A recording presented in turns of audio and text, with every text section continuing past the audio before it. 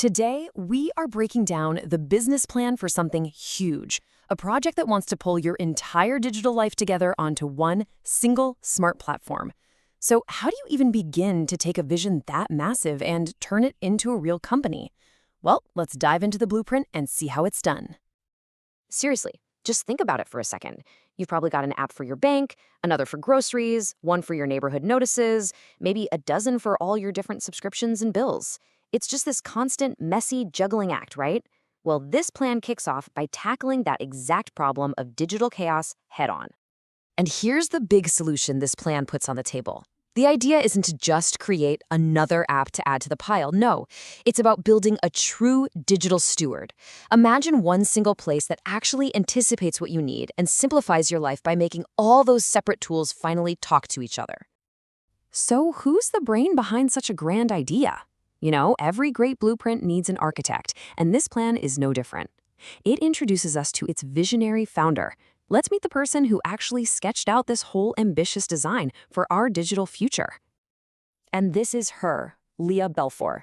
She's the architect of this whole vision, and her entire mission is about tearing down those digital walls that keep all our different tools separate. The goal here is to create an experience that's way more intuitive and honestly just more empowering for all of us. Look, a big vision is one thing, but making it happen, that's everything. And the very first step in this blueprint is a really strategic one, deciding where to even lay the foundation. The choice of location can literally make or break a company like this. So why the Netherlands? Let's dig in. Okay, this is where the plan gets really smart. Choosing the Netherlands was no accident. It was a calculated move. For one, it's got Europe's fastest growing fintech scene. Plus, its regulators actually created something called an innovation hub, which is designed specifically to help new companies like this get off the ground. On top of that, it's the perfect launchpad to the entire EU market, and they have government incentives to help you attract the best talent. It's just a powerhouse combination for building a solid foundation. So, with the location locked in, the next logical step is to actually form the company. The plan goes with a Dutch BV, which is basically their version of a private limited company. Now, that might sound complicated, but the process is surprisingly simple, from picking a name to registering with their Chamber of Commerce. And here's the best part. Thanks to modern regulations, you can do all of this remotely without ever stepping foot in the country. All right, the company is official, but now comes the biggest hurdle for any financial tech startup. I'm talking about the one that sinks most of them before they even get started, getting licensed to handle money. This next part of the plan, it's the absolute make or break moment. And this leads us to what is a classic startup catch-22.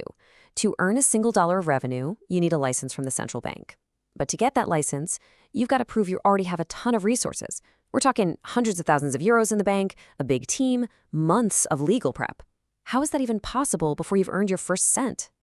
So, you're standing at a fork in the road with two very different paths. Path number one is the direct route. You apply for your own license. That's the slow, incredibly expensive way. It takes over 6 months, and you need at least 350,000 euros just sitting in the bank. Or you find a partner. Just look at the difference here. The partnership model turns that massive capital risk into a simple, predictable monthly fee and slashes your launch time from months down to just a few weeks. And here it is, the elegant solution. You partner with what's called a banking-as-a-service, or BaaS, provider. This plan picks a company called Swan. The best way to think about a BaaS provider is like a fully licensed bank that lets you borrow its license and all its infrastructure through software. It's a massive shortcut that lets you completely sidestep the biggest regulatory nightmare. And Swan is a great choice here because it's built for developers and has a sharp focus on the Netherlands. It's a brilliant move. Okay, so the biggest regulatory headache is solved, which clears the way to actually start building a business. But how does a platform like this actually make money? Let's get into the revenue plan. The plan lays out this really clever two-phase strategy. Year one is all about what I'd call foundational revenue. You know, practical stuff like small fees for managing payments for a homeowners association or taking a commission when the platform automatically restocks your smart fridge. But starting in year two, it layers on the stuff that can really scale. Premium subscriptions for power users and something called interchange. That's the tiny percentage a bank earns every single time you swipe a card, which, as you can imagine, adds up incredibly fast. And this chart shows what that business could look like once it's fully grown. By year 5, the plan is for recurring subscriptions to be the single biggest source of revenue. We're talking half of all income. That's a really important shift, right?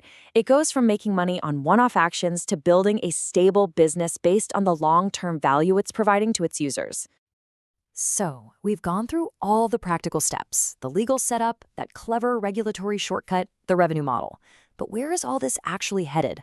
This is the part where the plan connects all the dots and brings us right back to that huge, ambitious vision we started with.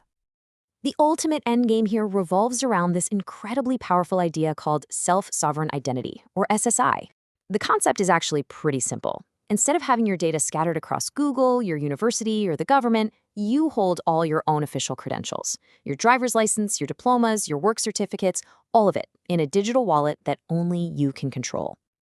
So in the end, this vision isn't just about making things more convenient. The true goal is to build that digital steward, a platform that acts as your trusted agent, giving you real, provable ownership of your own information. It's a fundamental shift of power, taking control away from the big tech companies and putting it right back into your hands. And that leads us to the final and most critical question. This blueprint lays out a clear, de-risked path to building an unbelievably powerful tool, a platform that could automate, manage, and consolidate, well, everything. The technology to do this is becoming possible. The real question is about trust. What do you think?